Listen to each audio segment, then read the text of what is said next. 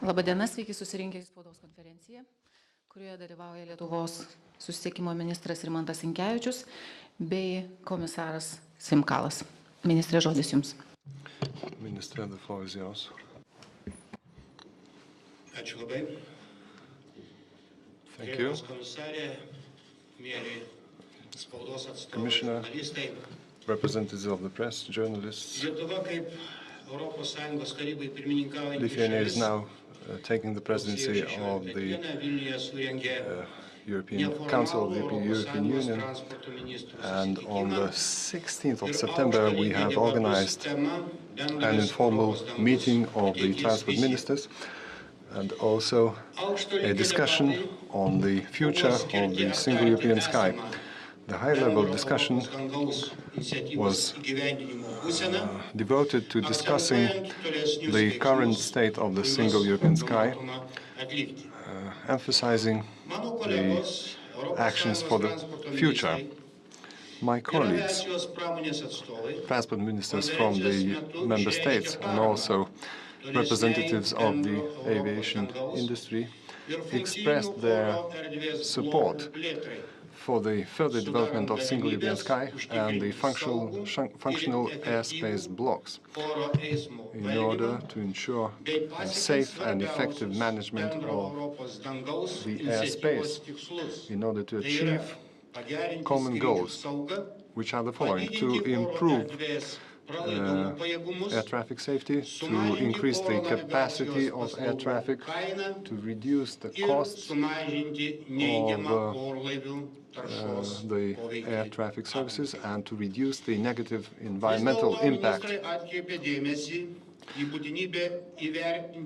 The ministers also stressed that it is necessary to assess the results of the current legal acts, especially having in mind that they are only starting to bring practical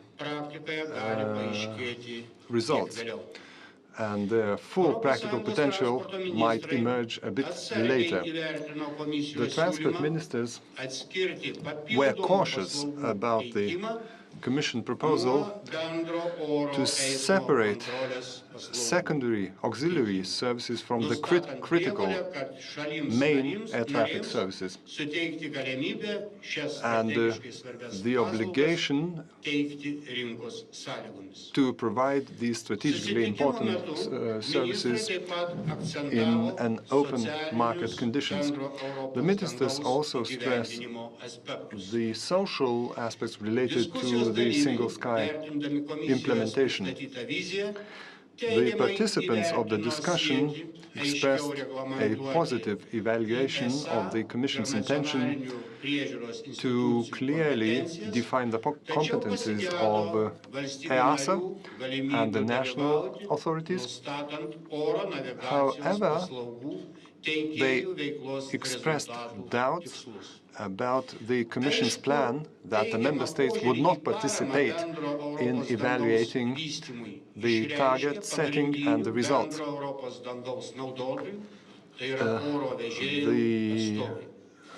The representatives of the various institutions expressed a positive evaluation of the developments. We need to take into account their opinion as well as the opinion of the European travelers. The further development of the Single Sky Initiative is a priority for us all. In light of all this information, I personally think that it is very important to ensure a practical and pragmatic approach as well as the continuity of actions in this area. Thank you. Thank you. Of course, I have little to add. But of course, the discussion today was one of the most lively and politically open and frank discussions about a very sensitive project and very sensitive area, how to develop the single European sky. This is a normal part of the process. We should probably have more this type of discussions.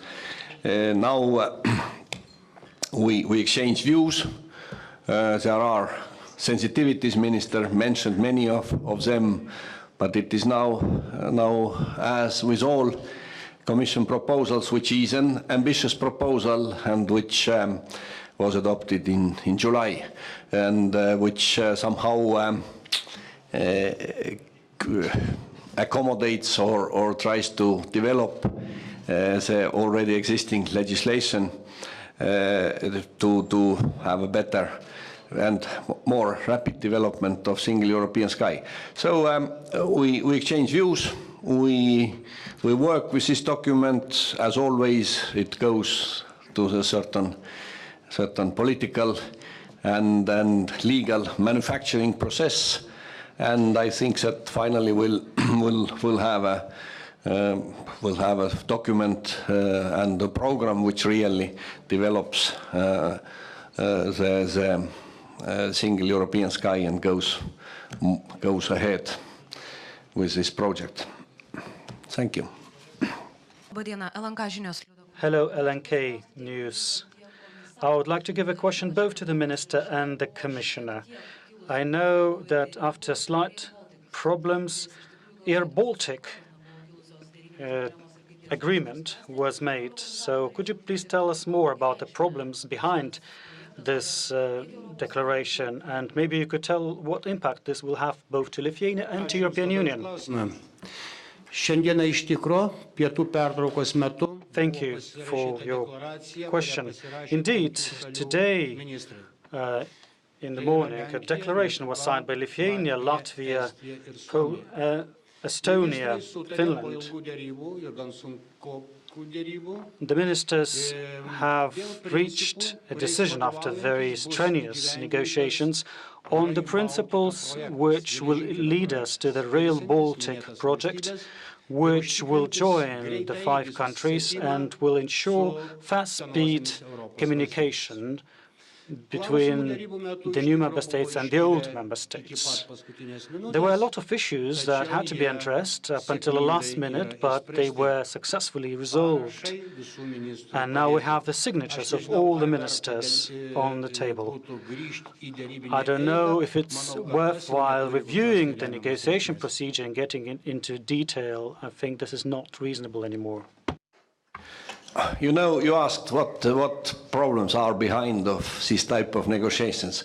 The main problem behind of this type of agreements is that there are always big difficulties when member states have to agree among themselves. I, in my being as Transport Commissioner, have been witnessed numerous ceremonies and always these negotiations are difficult. So member states, this is a landmark agreement. I think that Baltic countries and Poland and Finland showed a very big willingness to compromise and to have this signature because time is pressing. The process is going, and very soon very soon the European Commission needs a proposal, application, this I highly appreciate the commitment of all these 5 countries to develop this project, and it looks quite good. Werner Balsen, Deutsche Verkehrszeitung, Hamburg, Germany. This is for Vice President Kallas.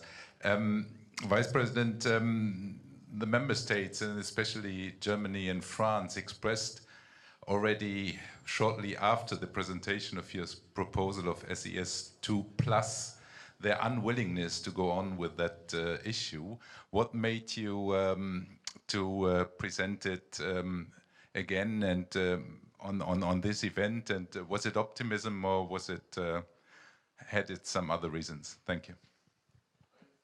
You know, the proposal doesn't appear from nowhere.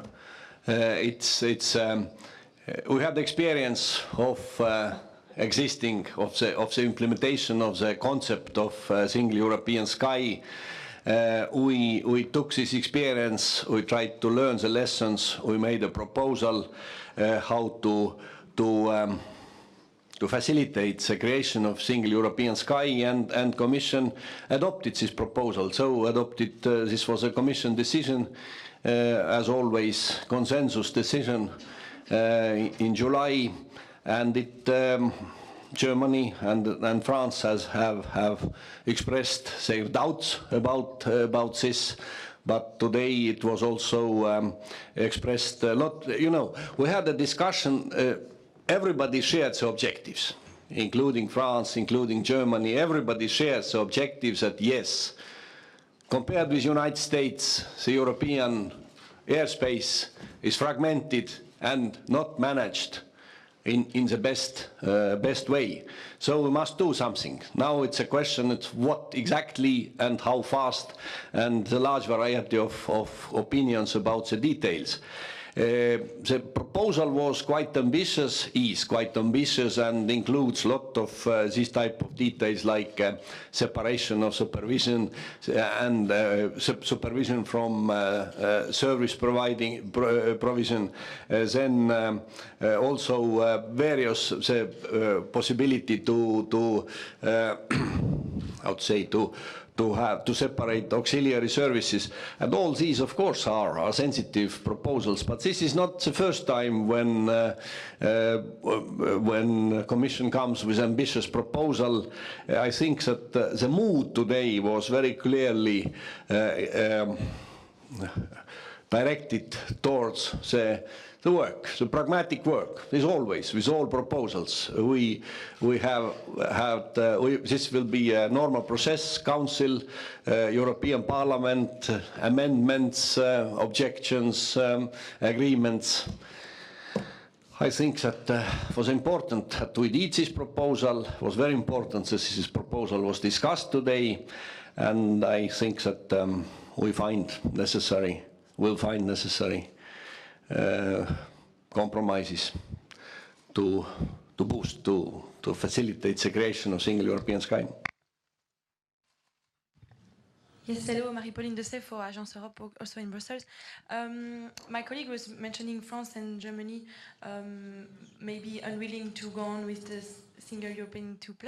I was wondering if there were other delegations also not so much in favor, and maybe more for the presidency, if the Lithuanian presidency gonna take on board this package already during this mandate, or if it's something in the end after these discussions today you prefer not to touch at all. Thank you.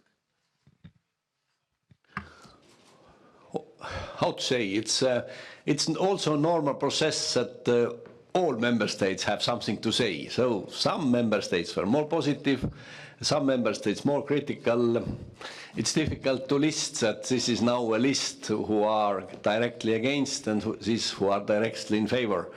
It's everybody had its remarks and considerations, and we, of course, as now the next step is to analyze these proposals, these remarks and comments, and then try to make a next version of this proposal. Reuters.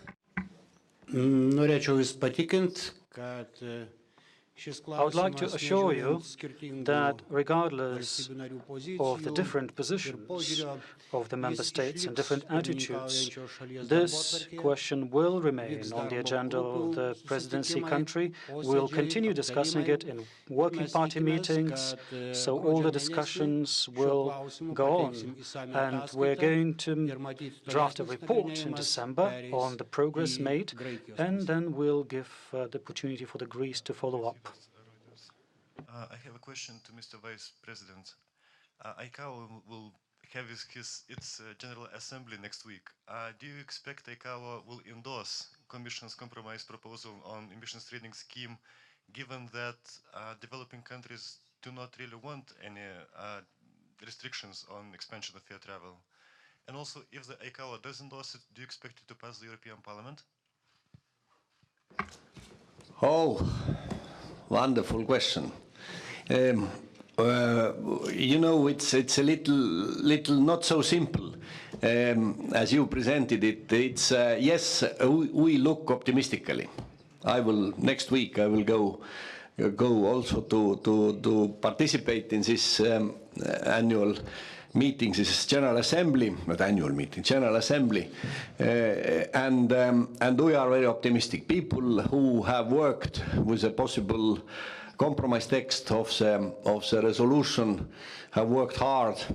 Every day there are some kind of details which, that's always, which need to be assessed and evaluated and modified. But I am very optimistic that we will have a very big declaration, which the objective is to reduce, or actually not to reduce it, to take down the possibility to have a real big conflict in world aviation. And we have worked 3 years at least with this purpose, with this objective, this purpose to settle this conflict. It's somehow it has made all participants very nervous, and I think that we find necessary compromise. So at this stage today, 1 o'clock, a little more, I am quite optimistic. BNS. Artūras Ketlerius, Baltic News Service. Baltic News Service. Last week, Russia has introduced stricter controls for Lithuanian carriers, which has increased the waiting time for Lithuanian carriers, and the carriers have expressed a hope that perhaps this question will be discussed in the ministerial meeting. Was it discussed in the ministerial meeting? And Šis neformalus ministrų susitikimas darbotvarkėje nebuvo numatę šito klausimo nagrinėjimo. Bet taip jau laimingai sutapo, kad visai šalia šito pastato vyksta tarptautinė kelininkų konferencija. an international conference of road carriers, IRU conference, is taking place. And I think this question will be analyzed in this conference as well.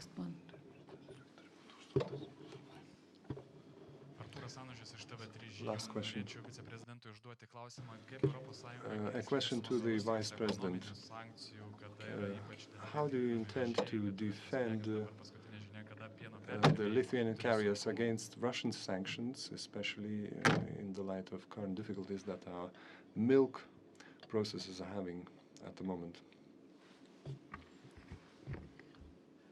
European Union has been always very clear, supporting its member states. It's not the first time, it's not the first member state who has found itself in difficulties with this type of relations. It was Finland, it was Poland, and European Union expresses its firm commitment to support its member states and express their position. So far, it has not come yet to our level, to nobody. It's first of all Lithuanian government who is dealing with this issue, and you know, also road transport is very much bilateral. It's not very much in the European competence, but still, of course, politically, I can bring numerous examples during my 9 years in the European Commission where European Union has clearly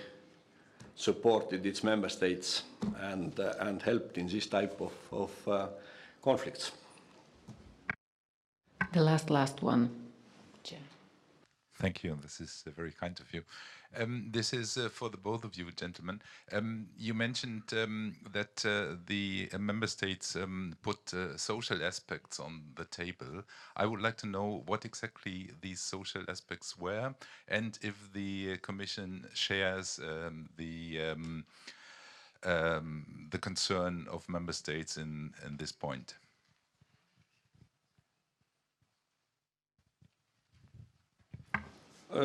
I would say that these questions, I would say I could not say that these were specially highlighted It was mentioned among other observations, security and national sovereignty and airspace issues.